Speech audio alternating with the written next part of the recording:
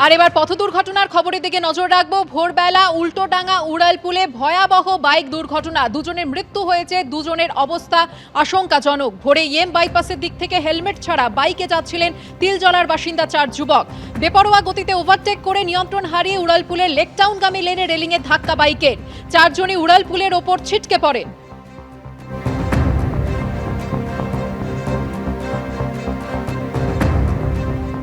এক বাইকে 4 জন, কারুর মাথায় হেলমেট নেই, আর সেই বাইকই বেপরোয়া গতিতে ছুটে আসার সময় দুর্ঘটনার কবলে পড়ল।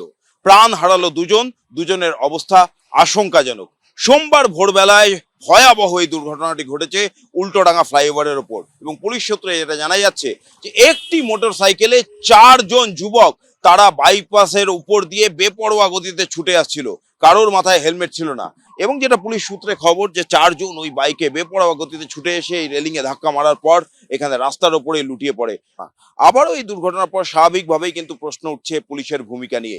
রাতের শহরে পুলিশের নজরদারি কতটা থাকে তা নিয়েই কিন্তু প্রশ্ন উঠছে, কারণ বাইপাস দিয়ে এই বাইকটি 4 জন হেলমেটহীন আরোহীকে নিয়ে আসলো, অথচ কোনো পুলিশ তাদের আটকালো না, আর তারপরেই এই দুর্ঘটনা।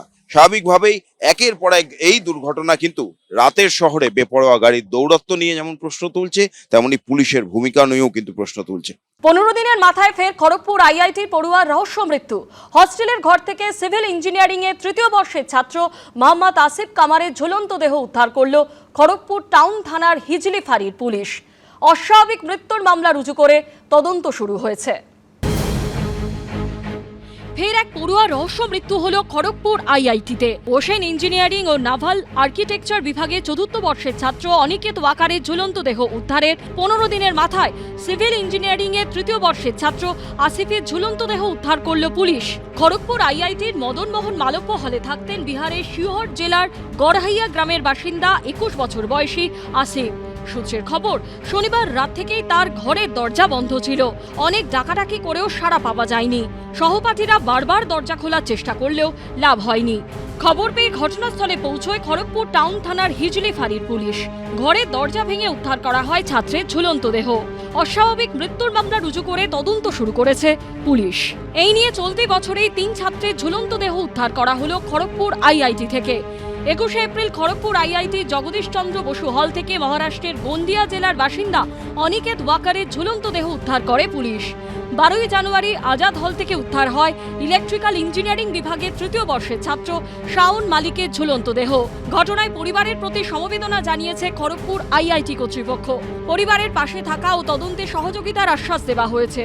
অন্যদিকে উত্তর 24 পরগনার রহরার পাতুলিয়ায় মাধ্যমিক উত্তীর্ণ ছাত্র সাগর চৌধুরীর রহস্য মৃত্যুর ঘটনায় ময়নাতদন্তের প্রাথমিক রিপোর্ট পেয়েছে পুলিশ।